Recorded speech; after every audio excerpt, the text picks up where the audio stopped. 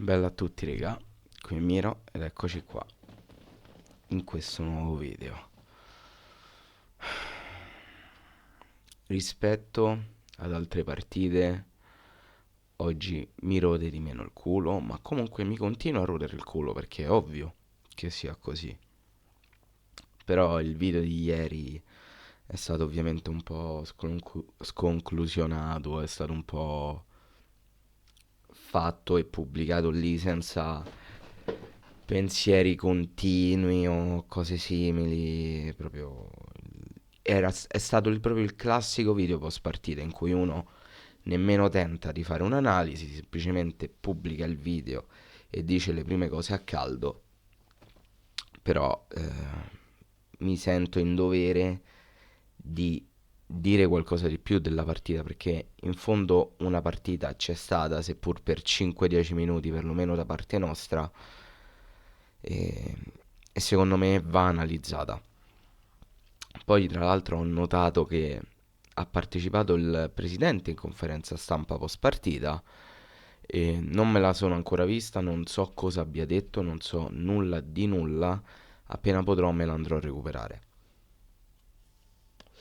Allora, io mi sono segnato come sempre dei punti chiave sulla partita e la prima che dovrebbe far preoccupare è stata che la costruzione, niente, oggi non so parlare, la costruzione del gioco è veramente penosa. E io lo dico perché è veramente imbarazzante. Ieri mancava Prati e sotto alcuni punti di vista si è notata tantissimo la sua mancanza. Sotto alcuni. Perché sotto altri, anche con Prati in campo, alla fine erano i centrali che smistavano i palloni. E stessa cosa è successa ieri. Mina sa difendere, è un buon difensore, ma non lo fate impostare. Obert, idem con patate. Non lo fate impostare. Perché è una cosa veramente aberrante. E noi ci ritroviamo fissi con sostanzialmente l'80% del possesso palla del Cagliari gestito dalla difesa. Come fai tu, squadra di Serie A, in un gioco in cui devi segnare, quindi andare avanti per vincere, a giocare sostanzialmente ogni partita con l'80% del possesso palla in difesa? Qual è il criterio logico? Qual è?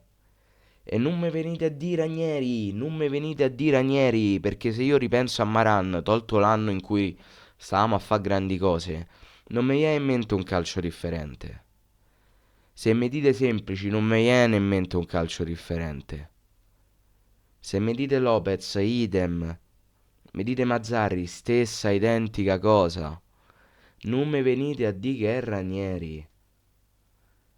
Perché sta cazzata non è il primo anno che si vede. E ribadisco, non è che io voglia salvare Ranieri perché i suoi errori li commette e li fa. Però questa non è una cosa che è colpa dei Ranieri o causata da Ranieri. Sono anni che vediamo sempre le stesse cose. Sempre. I centrali sono i padroni del gioco del Cagliari. Gioco. Quello che si può chiamare gioco del Cagliari. Poi un'altra cosa, e qui sì che invece è colpa di Ranieri, la difesa a 5. Allora, se c'è una cosa che io odio del calcio è giocare con la difesa a 5. Per come mi piace vedere il calcio, la difesa a 5 è una cosa che andrebbe bandita. Non si può vedere, la difesa a 5 è una cosa antiestetica proprio. Però, perché qua è colpa di Ranieri? Ma non per la difesa a 5 in sé per sé, che sotto certi punti di vista la posso anche capire, non l'apprezzo, non l'accetto, ma la posso capire. Il problema è che con la difesa a 5, quando noi provavamo a sfruttare l'unica arma che potevamo sfruttare contro la Lazio, che erano i contropiedi, perché comunque li concede la Lazio, noi andavamo fissi in contropiede con 40 minuti di ritardo, ma tralasciando quello. Cosa implicava? Che andando lì con 40 minuti di ritardo, tutti i giocatori avevano recuperato la posizione e noi il contropiede lo facevamo sempre in inferiorità numerica. E da che mondo è mondo, in contropiede in inferiorità numerica non ci si va. Di solito nel contropiede tutte e due le squadre hanno lo stesso numero di giocatori. Massimo è la squadra che attacca che prova a portare più giocatori davanti. Non deve essere mai la squadra che difende che ti trova impreparato a te che stai facendo il contropiede. Non può essere, non può esistere una cosa simile. Ma come pensi di sfruttare quest'arma se sei tu il primo a sfruttarla male? Io non lo so. Cioè, è ovvio che poi se tu giochi con la difesa a 5 e arretri pure il centrocampo, a chi lo vuoi far partire il contropiede? A chi? A Viola? Che con tutto il bene del mondo non è mai stato un velocista? Alla Padula? La Padula è stato più volte recuperato durante l'arco della partita. Non lo so. Noi vogliamo sfruttare il contropiede, ma giochiamo con tutti gli interpreti dietro e là davanti abbiamo dei giocatori che contropiedisti non sono e che se riescono per qualche assurdo motivo ad andare in contropiede si ritrovano in inferiorità numerica, perché la squadra o non sale insieme a loro o sale più lentamente. Ok, ok, cioè l'unica cosa mi è da dire, ok, se fa manna bene sta cosa. Poi di questo ne avevo accennato anche nel video di ieri tra le mie riflessioni così, scorrevoli, intanto ok, tornato a fuoco. De Iola. Allora, io continuo a non pensare che la causa di tutti i mali possa essere De Iola, non sono uno di quello che se la prende con De Iola e tutto quanto, perché non scopriamo il bagaglio tecnico di De Iola oggi, non l'abbiamo scoperto ieri, sono anni che sappiamo che tipo di giocatore è De Iola. È un giocatore da Serie A? Per me no, è così. Però è un giocatore che io mi terrei tantissimo, cioè io me lo terrei fino alla morte proprio De Iola. Come panchinaro, lo farei magari entrare agli ultimi 10 minuti. Io me lo terrei De Iola. In primis per la gratitudine che ho per lui, perché lui poteva fare una carriera, non dico in grandi club, però comunque una carriera diversa. Però ha rinunciato a questa carriera per l'amore e per il bene del Cagliari. Lui, Lecce, Spezia e Parma. 3 volte è andato in prestito e 3 volte il Cagliari l'ha richiamato dopo 6 mesi. E tutte e 3 le volte lui non ha mai detto A. Io ho una gratitudine immensa per De Iola perché lui non si è mai tirato indietro. Mai. Purtroppo questa non è la categoria che gli compete e sono io il primo a essere d'accordo. Però come ultimo slot di centrocampo, parlando anche un po' in tema fantacalcistico, io me lo terrei tranquillamente. Perché non è lui il problema. E lui ieri purtroppo è stato vittima di un rimpallo maledetto che l'ha visto autore di un autogol, ma non era colpa sua. Purtroppo lì ci si è messa di mezzo la sfortuna, perché come si suol dire, come cazzo si diceva? La fortuna è cieca, ma la sfiga ci vede benissimo. E ci ha visto no bene, non benissimo, di più ieri. Perché De Iola non vedeva il campo da titolare da 1 mese e mezzo. E puntualmente torna a titolare e combina quello che ha combinato. Ribadendo che non è colpa sua. Però questo avvalorerà, niente, oggi proprio a parlare niente, avvalorerà ancora di più le tesi di chi dice che De Jong non è un ottimo giocatore o che sia uno scarparo incredibile. Ribadisco, non è un giocatore da Serie A, penso che le sue capacità tecniche lo, lo facciano capire a chiunque che non è un giocatore da Serie A, ma da qui a, tra virgolette, tra miliardi di virgolette, discriminarlo così tanto, secondo me ce ne passa veramente tanto. Questo l'ho detto ieri, ma ci tengo a ribadire il concetto. La Lazio, ieri, per come ho visto la partita io, ci ha dato una lezione di calcio sul come le verticalizzazioni nel calcio attuale siano non importanti, ma di più. E io ho rosicato perché vedevo loro, ma così anche come la Roma la scorsa partita, in realtà come la maggior parte delle altre squadre, una tra tutte quelle più, tra virgolette, normali è il Bologna. Ragazzi, come gioca a memoria il Bologna? Ma è proprio un piacere per gli occhi vedere queste squadre. Ieri la Lazio con due passaggi si trovavano. La Roma contro di noi con 2-1-2 stavano in avanti. Giocano a memoria. Ed è un piacere per gli occhi vedere squadre che fanno questo tipo di azioni. Il problema è che noi le soffriamo. Noi non siamo in grado di difenderci da una verticalizzazione. Non ne siamo in grado. E infatti ci hanno purgato ogni cazzo di volta. Vuoi per un motivo che il tiro poi è andato a parato scuffè, vuoi per un altro che sono stati poco bravi loro a concretizzare. Fatto sta che comunque loro una verticalizzazione, un tiro. E questo cosa significa? Che sono bravi loro e che siamo scarsi noi. Dobbiamo imparare dal fatto che ormai il calcio moderno è fatto per lo più di verticalizzazioni. Se tu non sei in grado di difenderti, automaticamente non sei in grado di mantenere la categoria. Penso sia proprio fattuale come ragionamento. Non è che c'è tanto da ragionarci, è così.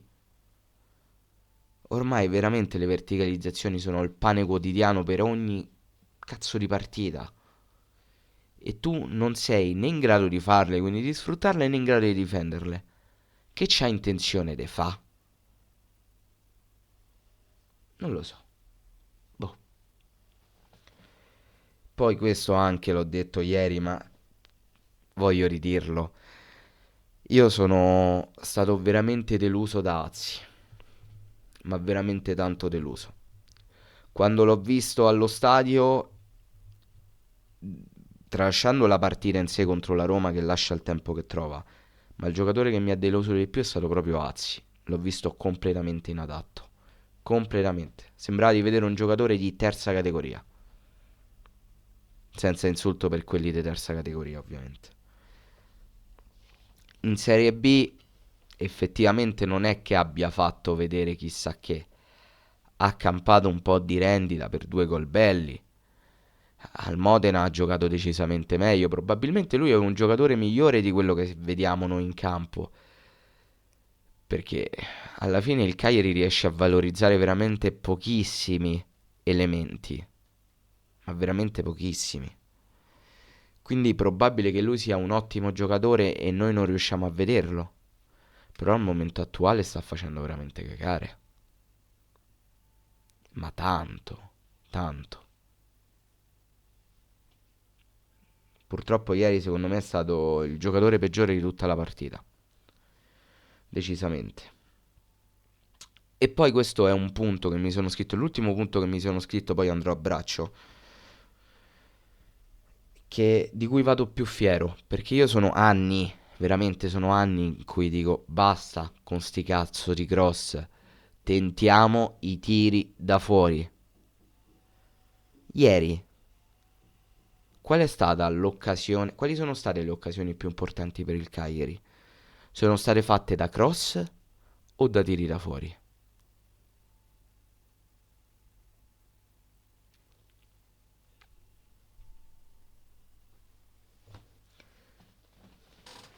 Ma non è che, cioè, non voglio far passare che io so un genio, so un capiscione del pallone. No, ma era palese. Cioè, ragazzi, era palese.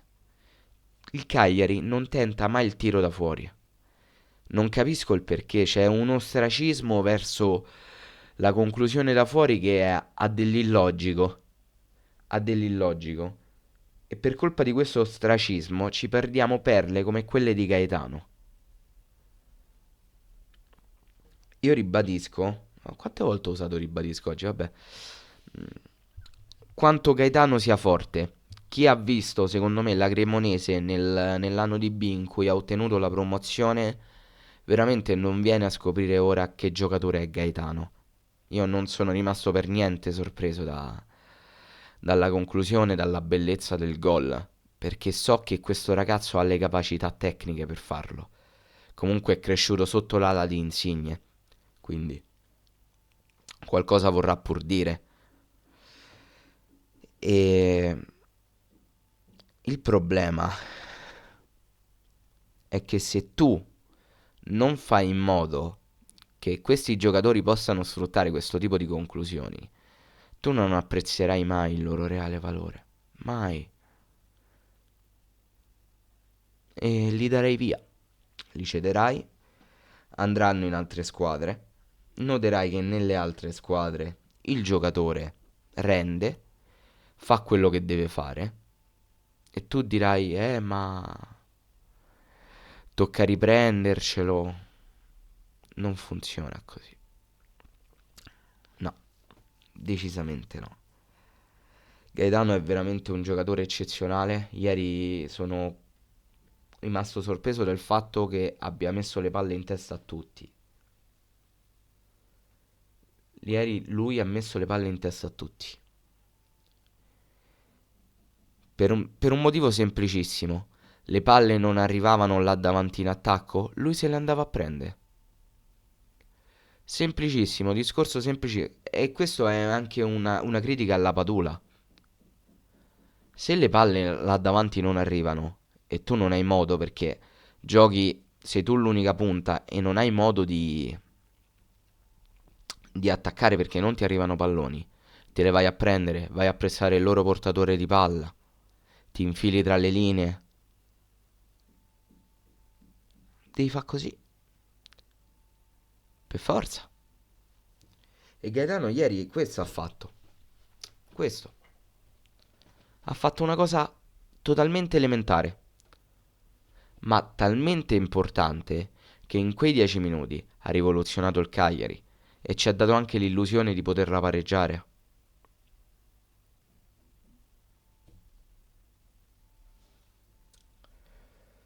Poi per il resto c'è veramente poco altro da dire, cioè io mi sono rotto il cazzo a rivedere una partita che dura 10 minuti per noi, perché per noi dura 10 minuti quando in realtà ne dura 90. Non si può fare così. Tu così in campionato non ti salvi giocando 10 minuti a partita. A meno che l'obiettivo non sia non salvarsi, in quel caso stiamo riuscendo nell'obiettivo. Però io faccio un po' fatica a credere che questo sia il reale obiettivo del Cagliari, per ovvi motivi. È una cosa che veramente non ha senso. Perché? Perché concentriamo le partite solo in quei 10 minuti? Perché non ce le giochiamo a sprombattuto fin dal primo minuto? Perché tanto ormai non abbiamo nulla da perderci, da perdere. Cioè, siamo comunque in zona retrocessione. Se perdiamo e le altre vincono, ci superano. Se perdiamo e le altre perdono, sempre lì rimanemo. Ma se vinciamo e le altre vincono, almeno noi possiamo uscirne a testa alta. Perché possiamo dire il nostro di averlo fatto. Se invece le altre vincono, cioè se invece noi vinciamo e le altre perdono, noi abbiamo fatto semplicemente il nostro dovere. Poi è chiaro che da qui a fine campionato non si possono vincere tutte le partite. Quello è ovvio. Però Cristo, è così assurdo sperare di vedere la propria squadra uscire da quel cazzo di campo a testa alta, sapendo di aver fatto tutto quello che poteva fare. Io questa è l'unica cosa che vorrei vedere dalla mia squadra. Una squadra che esce dal campo fiera del proprio lavoro, fiera di quello che ha fatto vedere e fiera di aver dato modo, di aver dato filo da torcere alla squadra avversaria, di aver fatto modo e maniera che loro potessero giocare male. Io questa è l'unica cosa che chiedo. L'unica.